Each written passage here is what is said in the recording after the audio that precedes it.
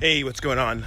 Ed Fletcher here, and wanted to share some thoughts about institutional racism, race in America, and this journey we're on.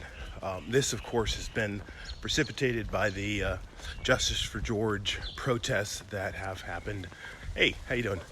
Across the country and now across the world. So, if those of you who know me know that I grew up in Orangevale, California, a quasi-rural suburb of Sacramento, in a middle-class household, and didn't have a lot of experience with blacks outside of my family until I went to a black college in Baton Rouge, Louisiana, and in a way educated me about the struggle. But as I've said in previous videos, I have not been all about the struggle, and few black people are. I think I can categorize black people in three categories and how we're dealing with racism in America. There is the keep your hands on the wheel, try not to offend anybody white, keep your head down, and hope that the system doesn't destroy you in some way, shape, or form, or you're mistaken for somebody else and shot and killed, or in other ways harm comes to you. That's category one. Category two are those that are pissed off about racism in America, and that impacts how they interact with white people and their ability to make the system work for them. So there's good and bad with being in that category. And then there are those that are so sort of beat down by the system that they refuse to interact with the white establishment, and it dramatically impacts their lives. Whether it's black people that don't want to excel in school because they're fooling themselves into thinking that there's no opportunities for them, or that the system is going to fail them, so that they're so wrapped and so acknowledging the failings of the American system that they stop trying hard enough to succeed in a system that doesn't make it easy to succeed. So for most of my life, I have tried to keep my hands on the wheel, tried to not dwell on the problem, and to try to make the best of a situation that is clearly broken. And part of that was my natural inclinations, part of that was my career as a journalist, but during this time I wanted to speak up about it more often. So I talked about how the different categories of black people in sort of dealing with race in America. And I think there's different categories of white people, or people that are in a privileged class, that deal with race in America. There is Louisiana racism, direct racism, people that will tell you to your face that they don't want you to marry their daughter, they don't want you to work at their place, they don't like you. There's California racism, where it's not in your face, it's hidden, it's maybe in hiring, it's maybe in jobs practices, it's maybe in housing, and it's often systemic, and that manifests itself in policies and rules and regulation, and is ingrained in the system. And then there's the third class, the I don't see race class, and those you might view that as benign, but in a way it's part of the problem. And I had this text conversation with a friend of mine, and he was like, Ed, I don't see you as as black. I see you as Ed, and you had the same opportunities as me. And for me, the system may have worked well enough that I haven't been shot and killed or beat down by the inequities that I've been able to survive. But it doesn't mean that everybody has those opportunities and can make it like I made it. And because you're saying, oh, okay, well, Ed's an exception, it means you're not paying attention to the plight of everybody else, all these other people. You're not paying attention to the Tamir Rices and the Laquan McDonald's and Eric Garners and all of the people that have been hurt along the way. How you doing? Good. So it's challenging. And those people, and then the fourth category are people that are actually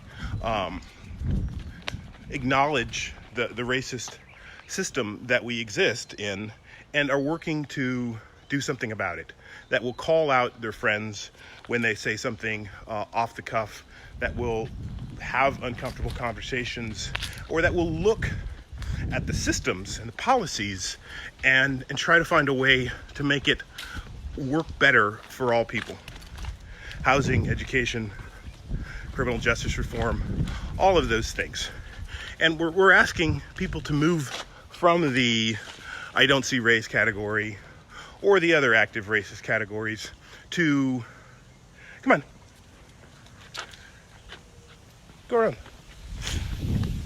to help root out racism and to help us get past this last hump here. So I want to wade into history a little bit, and this is dangerous because I was never very good student of history, and I've always been trying to spend energy on the present and not doing enough to pay attention to the past. But when some people who want to dismiss the plight of the black community and say, well, slavery was a really long time ago.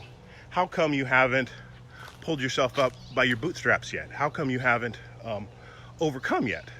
But I would say to that it's not as if the systemic racism and the systems that helped justify slavery haven't been working from that point. You have to think about that and how you have to socialize a people to believe that the people they've trapped in their backyard are less than you.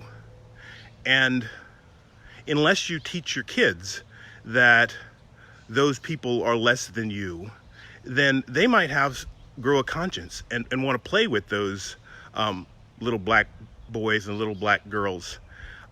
You have to train them to think that they're less than you. You have to put it into policy, and you have to put it into people's hearts. And the battle to end slavery required active work, required allies, required people that care, required slaves that wanted to fight back.